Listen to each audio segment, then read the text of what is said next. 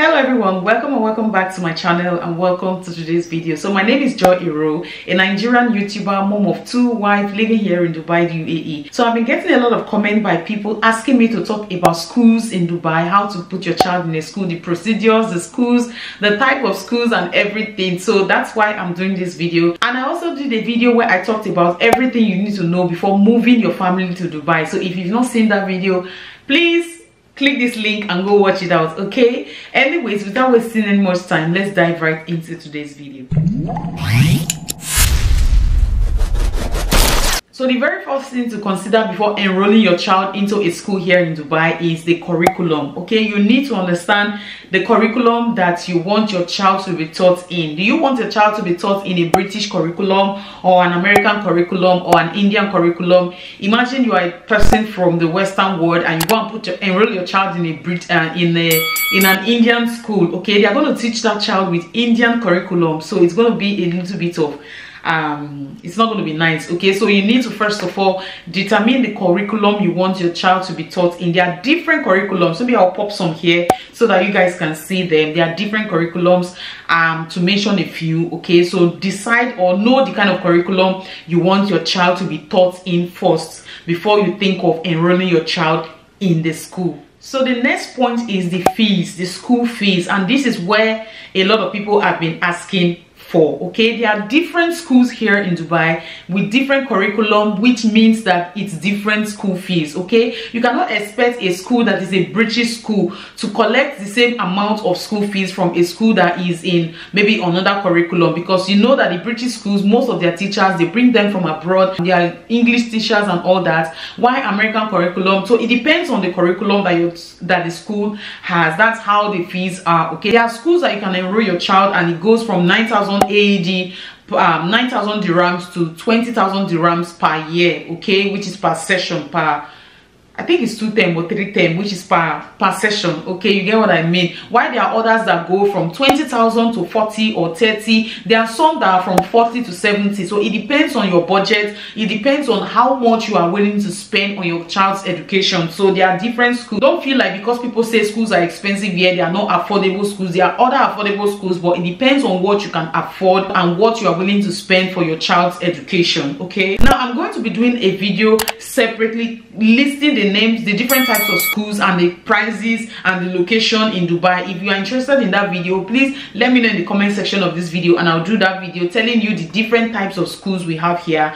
and the prices and everything you need to know, okay? Just let me know in the comment section and I'll do that video for you, okay? So the next point is transportation, because the location of the school matters a lot. Imagine your office and your house is at, say, Jumeirah, and your child's school is at Al Gadia. It's going to be a huge problem, because taking your child every morning from Jumeirah to Al Gadia, or let me say from Tierra or from Charger to Al Gadia, is going to be so far for you, okay? So the location of your school matters, but different schools have different things. Some schools have school buses that come to pick your child in the morning, and when they close of school, they'll come take that child back to the house, okay? So if that school has a school bus that operates in your environment and you feel like you don't want to do school run, especially when you yourself, you are working and your partner is working and there's no one to do the pick up and drop off of your kids, then I would suggest that you leave your child to go with the school bus, which takes a whole lot of stress off your shoulders, because your child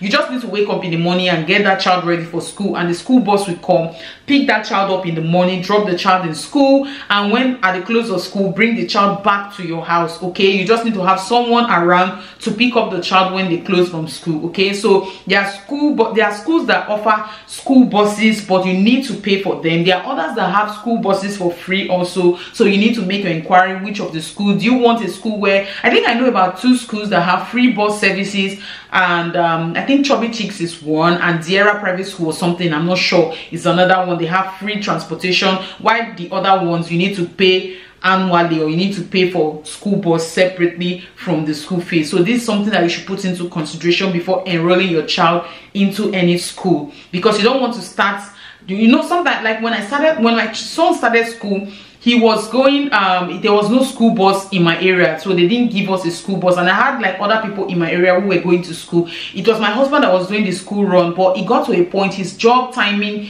became a little bit difficult, so he couldn't do the drop off and drop on. That's when I now met someone in my community, and she was taking my child with her daughter, who they were in the same school. But after a while, she also got a job and she couldn't continue, so it became a problem. So you need to be very sure so that you don't enroll your child, pay all those money for enrolling the child into a school, and after a while, because of the transportation method, you are not able to continue. All the money you pay for uniform enrollment goes to waste. You need to go look for another school. So this is why I'm telling you, put into consideration the transportation, how your child is going to be going to school. If you are going to be doing the school run, then it's no problem at all, you can do it. But if you don't have the time and anything, then you also make sure that the school you are putting your child has provision for transportation, so that your child will not be missing out on school activities because of no one is taking he or her to school. I hope you get what I mean. So another point that you should know, you need to do proper research of the KHDA accreditation, because there are some schools who they don't have a good reputation. Okay, so if you put your child in that kind of a school,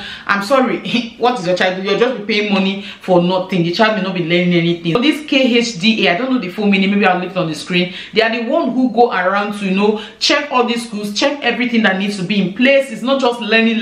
There are other outdoor activities that the school should have. You know, these are the people who certify, who accreditate this school. So do your research and check if the school that you are planning to enroll your child has passed this KHDA accreditation, so that it's easier for you to know that, oh, at least the professionals have vented this school and they think that the school is good enough for my child. Okay, so you won't be paying money and your child is learning nothing at the end of the day. So do your research very well. So another thing that you should consider before enrolling your child in a school is to ask for a school tour. You need to go and see the school that your child is going to be going to, okay? Because they're going to be spending a lot of their time in school. There are some schools that is just learning, which I don't think is right, especially when you have little kids. They need to play also and all that. So you need to go for a school tour, go and check out the facility, check if they have certain things. If the classrooms are not too populated, ask them how many students are going to be in a class, check the size of the class, check the washroom, so that your child will not go to school and be coming home with different disease and all that. Check the washroom, if there's a washroom attached to the class,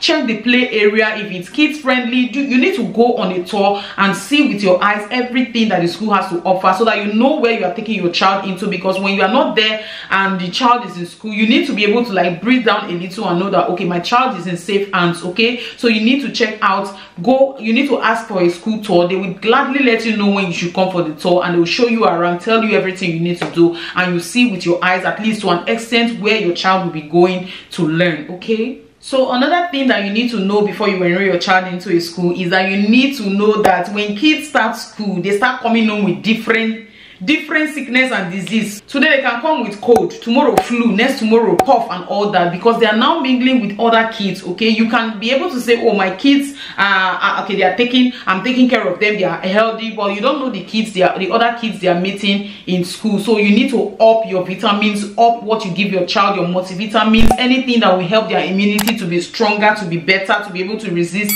a little more of these outbreaks. Because I remember when my son started school, that was when today he will come home running nose, tomorrow cough. We were now treating cough on a regular basis. This was something that never used to happen before he joined school, and I'm like, what's happening? That was when it dawned on me that, oh, he's meeting other kids and he's playing with them. They are sharing toys, they are sharing a classroom, so it's prone to happen. So that was when I opted on, and I increased my vitamins and the vitamin C, multivitamins, and the things that I give to him and his food, so that at least his body will be able to resist some of these infections and all that. So this is something that you should know, that when your child starts school, they may be coming home quite often with different diseases, flu and all that, but there's no cause for alarm. All you need to do is give them more healthy food, give them vitamins and all that, and they will be fine. Okay, so another thing that you need to know if you are enrolling your child in a school here in Dubai, you need to know if the school is an all boys school or all girls school or a mixed school, because you guys know that this is a Muslim country